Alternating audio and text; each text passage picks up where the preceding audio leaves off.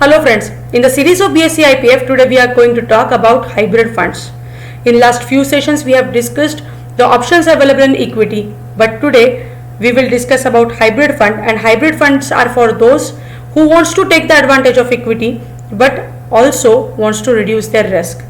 When we say equity funds, whatever amount is collected as a AUM, that AUM will get invested in options available in equity. But when we say debt, the AUM will get invested in the options available in debt.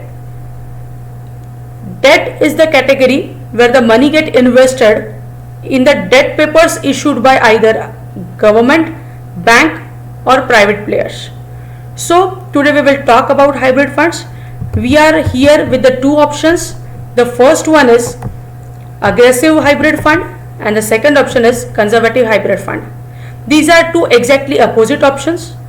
First, when we say aggressive hybrid fund, the money will get invested 65 to 80% into equity and 20 to 35% in bond or debt. When we say aggressive, as the equity component is more, also the aggressive fund will brings the risk here.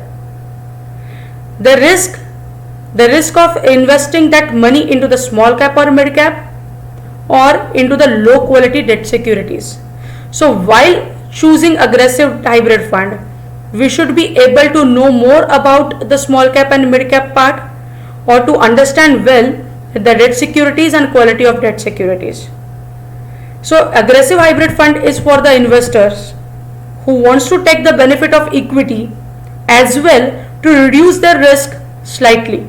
So if your risk appetite is moderate risk and if you want to have the advantage of both equity and debt, then aggressive hybrid fund is a solution for you. Then conservative hybrid fund. It is for those investors who wants to put their money into debt.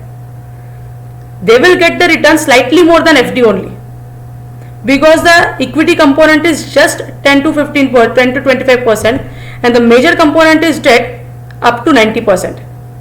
So it is a little push of equity in the debt part. So they will get returns slightly more than the FD which they are right now getting in FD. So it is for those investors whose risk appetite is low. They want to they just don't want to take the risk of equity, but they can slightly take the risk with this option. So conservative hybrid fund. All these funds, as they are having the debt component, the standard deviation will be low as compared to the equity funds, and their expense ratio is just 2.19 and 2.1. We should compare the expense ratio with other funds whenever we are choosing the funds.